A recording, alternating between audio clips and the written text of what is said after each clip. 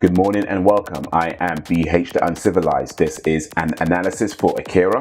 It will contain spoilers, so if you haven't seen it already, well, really, what have you been doing with your life?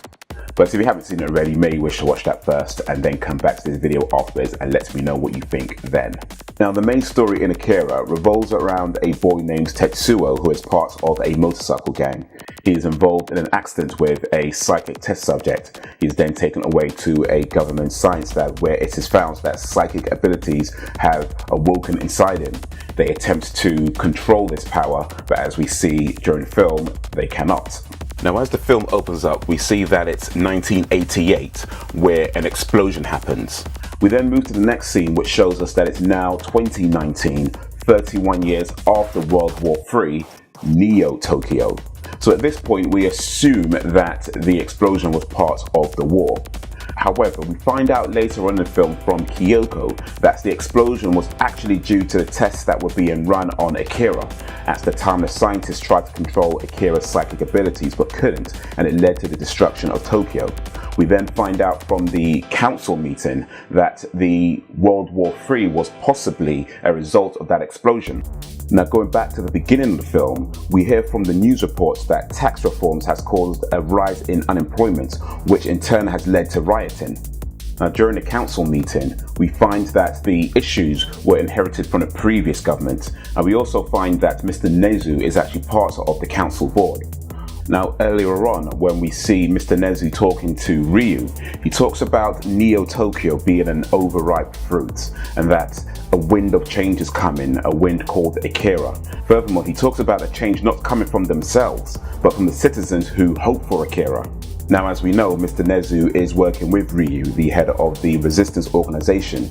So what we're seeing here is various levels of corruption, and perhaps a way of showing how the current political climate has been orchestrated by the government, or at least part of the government, in order for the people to rise up and make the change in Mr. Nezu's vision. So this all defines the overall world that Akira is set in, and provides us with a reason for Neo-Tokyo coming to such a dire situation. So in the midst of all this hooliganism, we have Kaneda and his gang, which includes Tetsuo, which the story mainly focuses on. And we see that they're a fairly typical bunch of misguided youths. They have trouble with rival gangs, they get into trouble with the police. Now, the relationship between Kaneda and Tetsuo is one of that they are friends, but we see that Tetsuo perhaps harbors some kind of jealousy towards Kaneda. He's very jealous of Kaneda's bike at the very least. But we also see that he has something to prove. Now, as the film shows part of their history, we see that when they were younger, Tetsuo was bullied, and it was Kaneda that helped him out. We also see that when Tetsuo steals Kaneda's motorbike and is attacked by the clown gang, Kaneda comes to his aid. And after that, we see that Tetsuo was angry that he needed help, believing that he could have handled it on his own.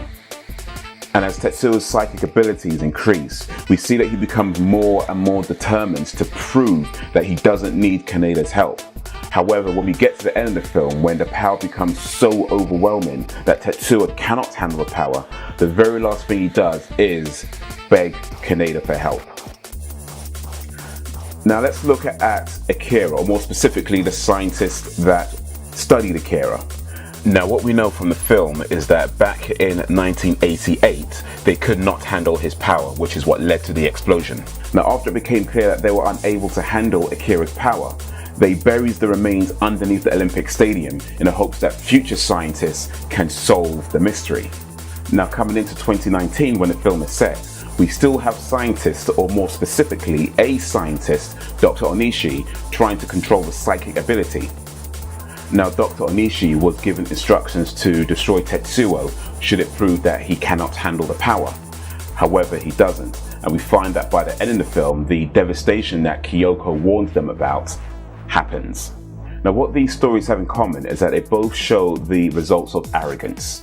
In the case of Tetsuo, he was so eager to prove that he didn't need Kaneda's help that as his psychic ability increased, he allowed himself to believe that he was all-powerful, without realizing that his ability was actually taking over him. In the case of the scientists, they were so eager to prove that they could control Akira's ability that it led to the destruction of a city. With Dr. Onishi, He was so eager to prove that he could control Tetsuo's ability that it led to destroying part of the city.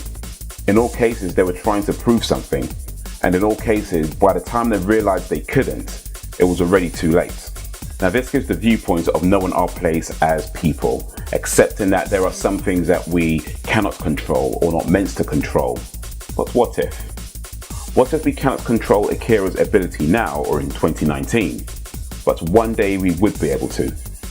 How would we know if we don't try? Now comparing that to our own reality, do we choose to believe that one day science will prove or disprove the existence of God?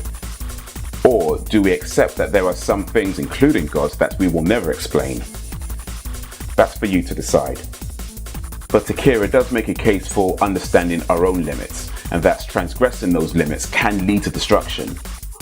Or just don't dabble in things we're not meant to.